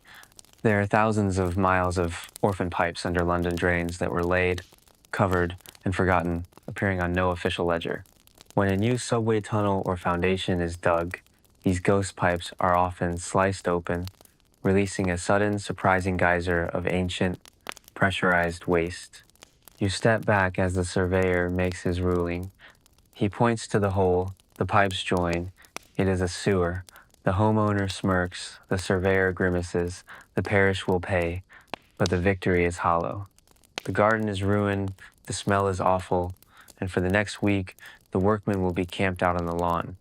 This constant friction between the private home and the public network is the grit in the gears of the sanitary machine. It shows that you can build the biggest, most advanced sewer system in the world, bazalgette's masterpiece, but you can't engineer away the pettiness of property law. The system relies on millions of little connections, and every single one of them is a potential lawsuit waiting to happen. You leave them to their argument and walk back to the street. The sun is higher now, drying the mud. But you know that under every house you pass, there is a silent, ceramic question mark. Is it yours or is it ours? And usually you only find out when it breaks. You descend now, away from the arguments in the suburbs, and enter one of the great cathedrals of the underground. You are standing in the screen house of the Crossness pumping station. Above you, the ironwork is painted in rich reds and golds, a Victorian Gothic fantasy that looks more like a church than a sewage plant. But the sound here is industrial, the roar of the beam engines named Victoria, Prince Consort, Albert Edward, and Alexandra. They're pumping millions of gallons of waste up from the deep tunnels to flow out into the river. But before the pumps can do their work, the flow must be screened. You are standing by the great iron cages that act as the final filter, and as you watch the men raking the debris from the bars, you realize that the sewer system has become the city's subconscious. It is where London tries to hide the things it no longer wants. This brings us to the rules for foreign objects. When the sewers were first opened, there was a widespread public misconception that they were magic voids. The average Londoner believed that if you could shove an object through the hole in the pavement or the bend in the toilet, it ceased to exist. It was gone. But as you can see from the pile of wet, unrecognizable objects on the floor next to the screen, nothing is ever truly gone. It just arrives here. The Metropolitan Board of Works had to rapidly invent a new category of law, the prohibition of solid matter. They published lists of forbidden items that read like a surreal poem of urban life. The bylaws explicitly ban the disposal of ashes, cinders, rags, straw, hops, shavings, and offal. You watch a worker hook a large sodden mass and drag it onto the stone floor. It is a mattress, a straw-stuffed mattress that someone, somehow, managed to force down a manhole. It has traveled 5 miles in the dark to get here. The sheer physical effort required to break the law in this specific way is impressive, but it highlights the problem. The sewer was being treated as a garbage chute. The most frequent offender, strangely enough, was road sweepings. The men employed to clean the streets found it much easier to simply sweep the horse manure and gravel into the sewer grates rather than carting it away. This filled the tunnels with detritus heavy grit that didn't flow. The board had to employ sewer police, inspectors whose sole job was to watch the street sweepers. It was a bizarre legal standoff. One arm of the city government, sanitation, finding another arm, street cleaning, for doing their job too efficiently in the wrong direction. But the list gets stranger. You see something white and skeletal caught in the tines of the rake. It is a corset, a whalebone corset. Why? Perhaps a sudden change in fashion or a dramatic domestic argument? The sewers are full of clothes, hats, boots, entire suits. Historians still argue whether this was simple laziness or a way to dispose of evidence. If you committed a crime, or perhaps simply wanted to disappear and start a new life, the sewer was the place to dump your old identity. Here is a quirky, specific detail about the biological debris. Laws had to specifically ban the disposal of dead animals. Before the sewers, a dead cat or dog was usually buried or thrown in the river. Now, they went into the drain. The sheer number of cats retrieved from the screens at Crossness was reportedly staggering. The workers called them furry trout. There was technically a fine of 40 shillings for improper disposal of a carcass, but catching the culprit was impossible. Unless the cat had a name tag, which it didn't, the cat flusher remained anonymous. The penalties for these infractions were severe on paper, but difficult to enforce. The law required the board to prove intent. If a butcher claimed that the massive pile of bones blocking the drain under his shop was an accident that they had just fallen in, it was hard to prosecute. The board's lawyers had to argue that the quantity of bones implied a deliberate act of dumping. This led to courtroom debates about the physics of falling objects. My lord, could one cowhead fall in? Perhaps. But 20 cowheads suggests a shovel. You step closer to the debris pile. The smell is complex. Amongst the organic waste, there are chemical ghosts. This was the era of unregulated experimentation. Photographers dumped silver nitrate. Hatters dumped mercury. Dyers dumped arsenic. The rules for foreign objects struggled to keep up with chemistry. The law defined objects by their physical state, solid or liquid, not their toxicity. If you dissolved a poison in water, it was legally just water. There is a mainstream historical fact that often surprises people. The sewers were also a repository for unwanted babies. It is a tragic, dark reality of Victorian poverty and social stigma. The Infanticide Act tried to address the crime, but the sewer offered a horrific anonymity. The workers at the screens were often the first to discover these tragedies. It was a grim duty that added a heavy psychological toll to the physical labor of the job. The law could punish the crime if found, but the labyrinth of tunnels often kept its secrets. On a lighter, albeit still illegal, note, you might spot a vast amount of corks. Wine corks, champagne corks, beer bungs. They float, they don't degrade, and they gather in the thousands at the high points of the tunnels. They are the archaeological evidence of the city's alcoholism. The board actually tried to calculate the alcohol consumption of different boroughs based on the cork count at the outfall. It was an early form of data analytics based on trash. The strangest foreign object laws, however, applied to the snow removal. When it snowed in London, the streets became impassable. The temptation was to shovel the snow into the sewers. But snow is cold. When you dump tons of freezing snow into a sewer, it lowers the temperature of the wastewater. This stops the biological breakdown process and can actually cause the fat and grease to solidify faster, creating instant blockages. So the board had to pass a specific bylaw: no snow in the sewers. Imagine the frustration of a Londoner surrounded by white drifts, looking at a perfectly good hole in the ground and being told by a policeman that he cannot use it because the sewer needs to stay warm. You watch the rakers clear the screen one last time. They pull up a rusted bird cage, then a single unmatched crutch. It is a museum of the broken, the lost, and the discarded. The rules for foreign objects were an attempt to impose order on this chaos, to tell the population that the underground was a machine, not a landfill, but the population didn't listen. The penalties, the fines, the threats of imprisonment were largely a scarecrow. The privacy of the water closet was absolute. Once you closed that bathroom door, you were the sovereign of your own disposal. And so the coins, the jewelry, the murder weapons, and the love letters kept falling. You turn away from the screens. The pumps are thumping rhythmically, a heartbeat that drives the city's lifeblood out to sea. The foreign objects are just the clots in the arteries. You realize that to know a civilization, you don't look at what they build in their museums. You look at what they try to flush away. And down here, the evidence is irrefutable. London is a city of secrets, and every single one of them eventually floats past this point.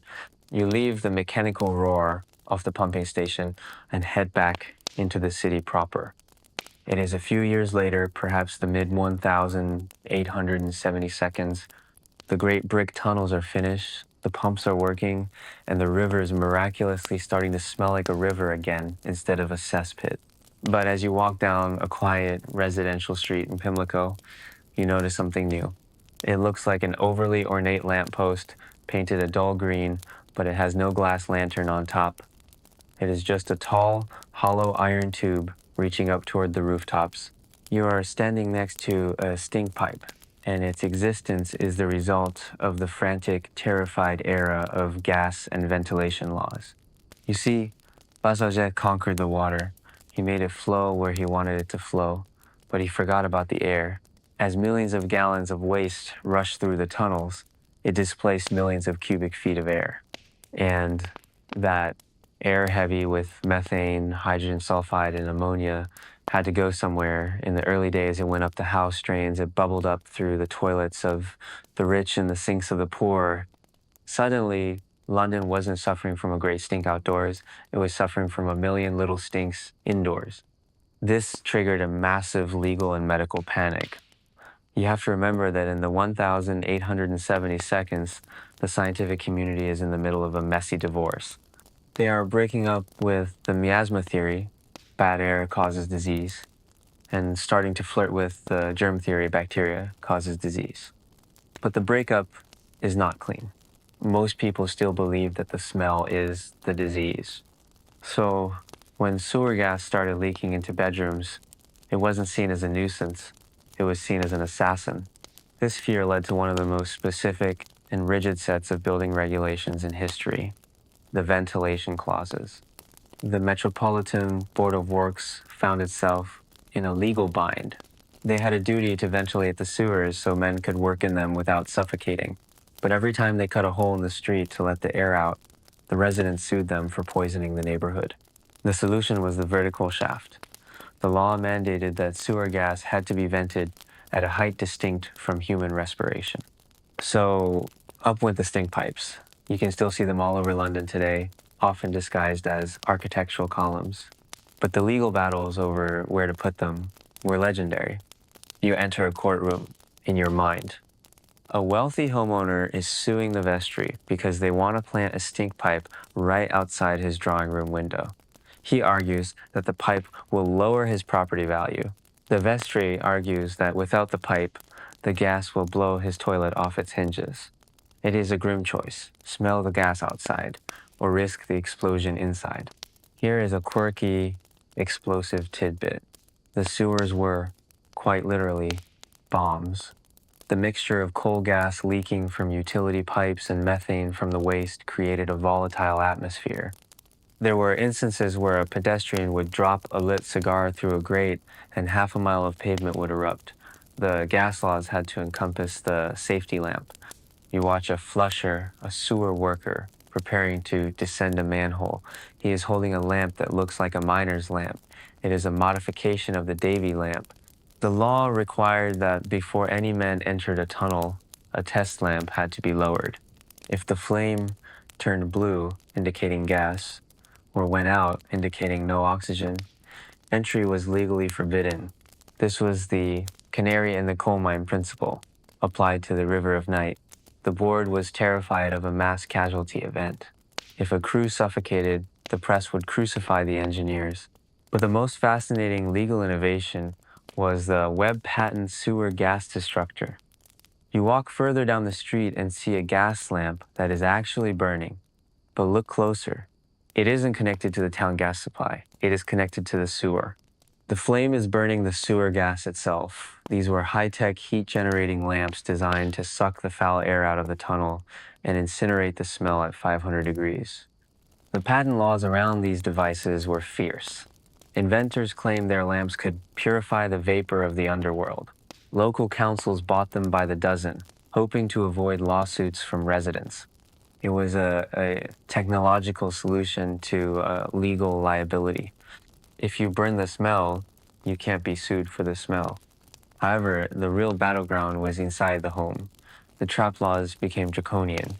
The Public Health Act of 1875 gave inspectors the power to condemn a house as unfit for human habitation if it didn't have proper U-bends on every sink and toilet.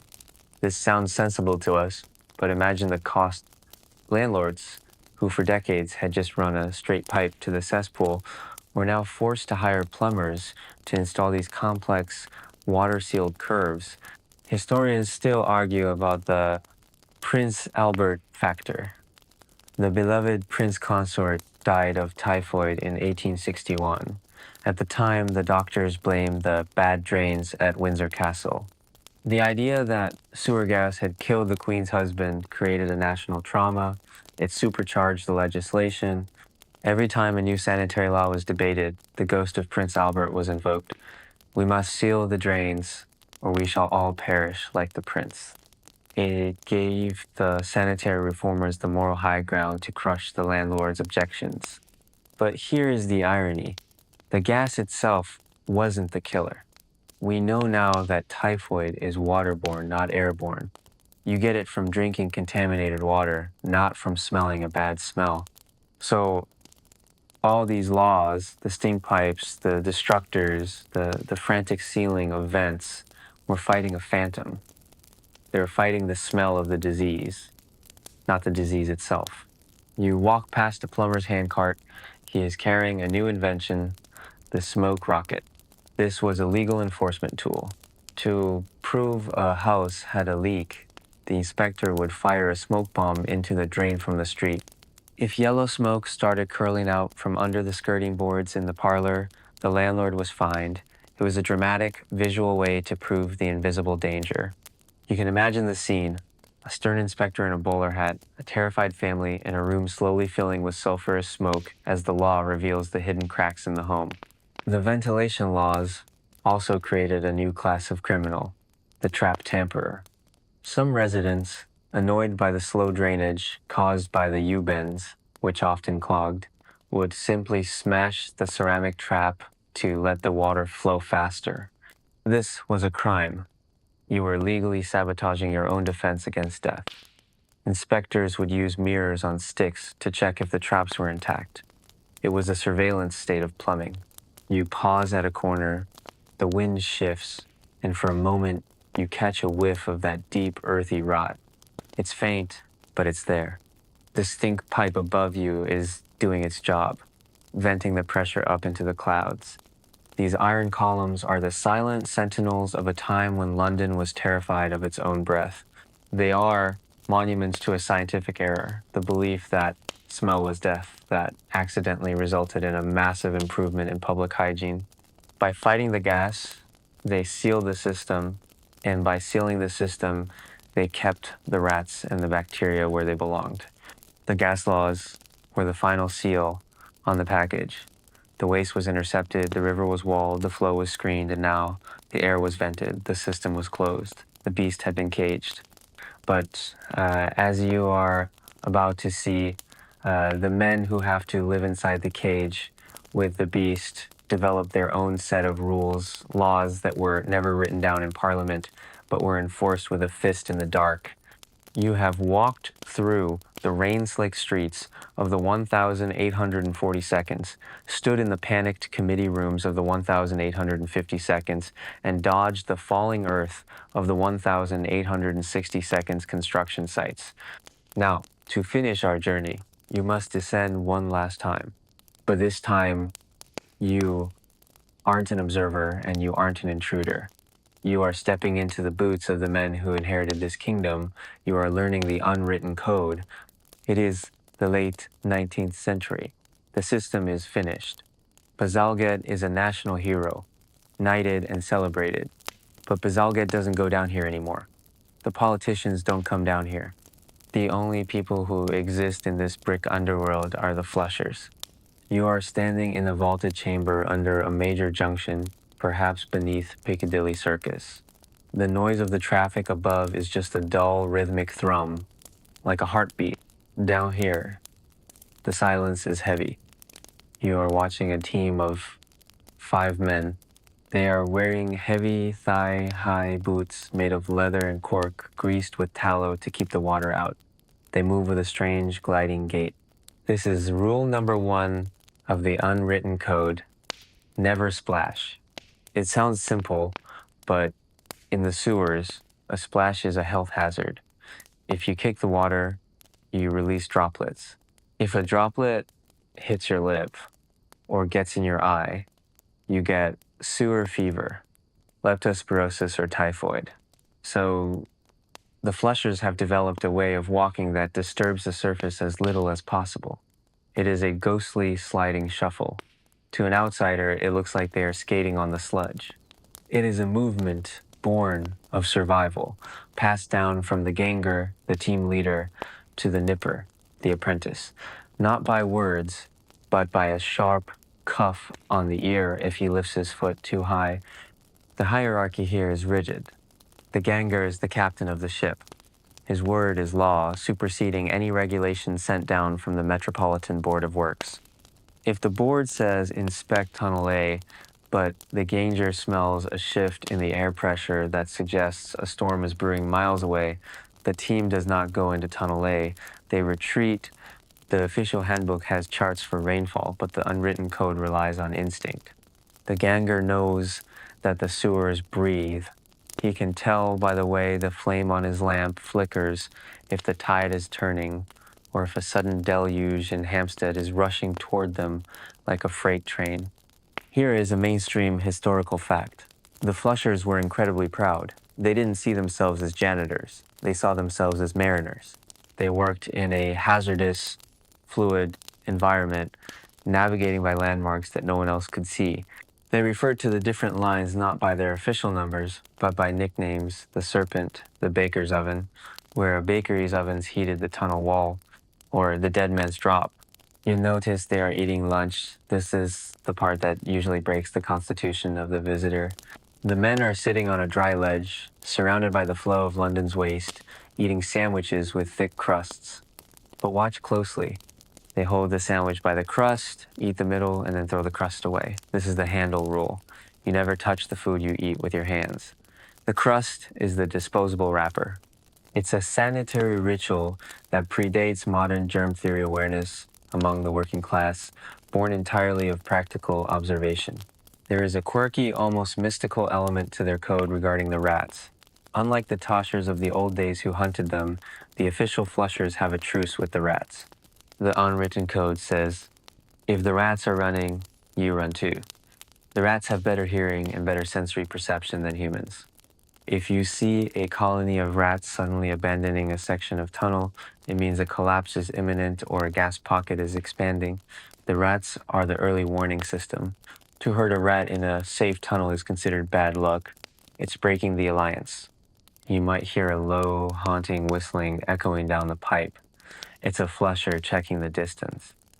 The acoustics in the brick, egg-shaped tunnels are bizarre. A whisper can travel for hundreds of yards. The men use a specific set of whistles and knocks to communicate over long distances. It is a language of echoes.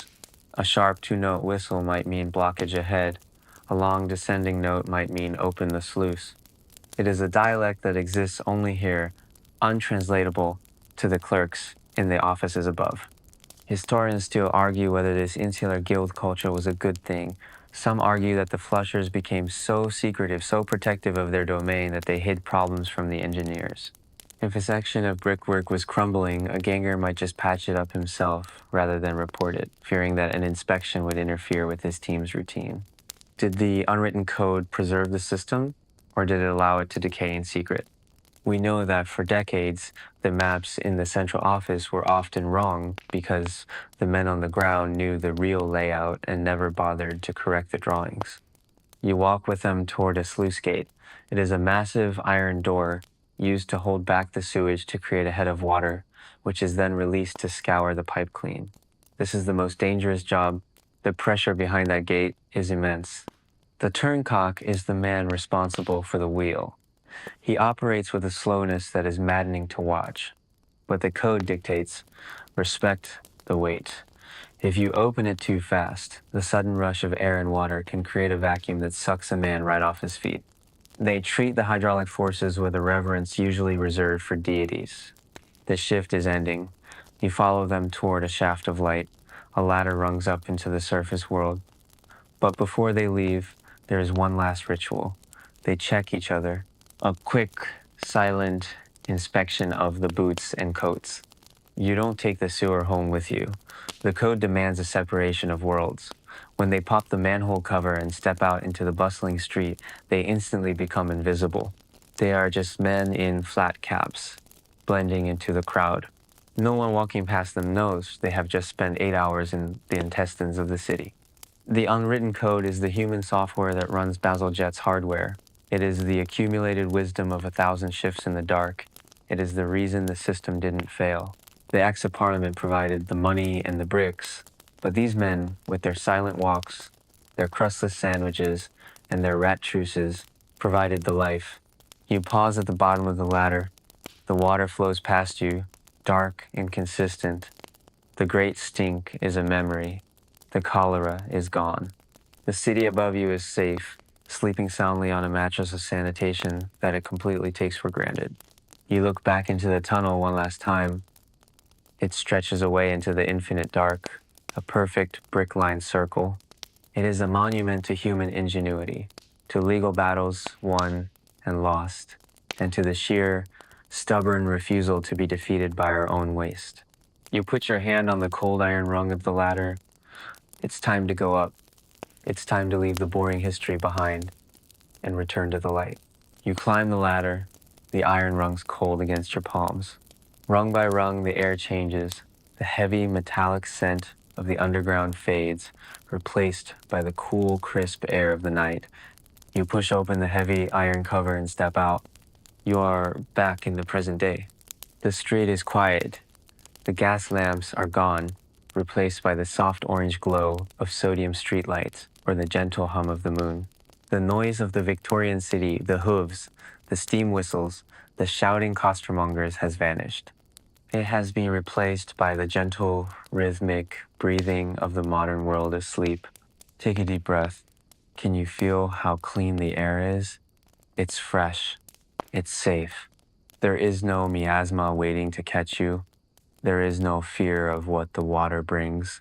You are safe because of the journey we just took, because of the arguments in the courtrooms, the sweat of the navvies, and the silent vigils of the flushers. The ground beneath your feet is solid and secure. Listen closely. If you really concentrate, past the rustle of the wind in the trees, past the distant sound of a car, you might just be able to hear it, a low, steady hum deep beneath the earth. It is the sound of the water moving, the ceaseless, efficient flow of the hidden rivers that keep us safe. It is a lullaby that never stops. The city is a machine that takes care of you, even when you are sleeping, especially when you are sleeping. The complex laws, the strange taxes, the chaotic history, it has all smoothed out into this one peaceful moment. The work is done. The engineers have rolled up their maps. The nightmen have gone home. The toshers have hung up their lanterns.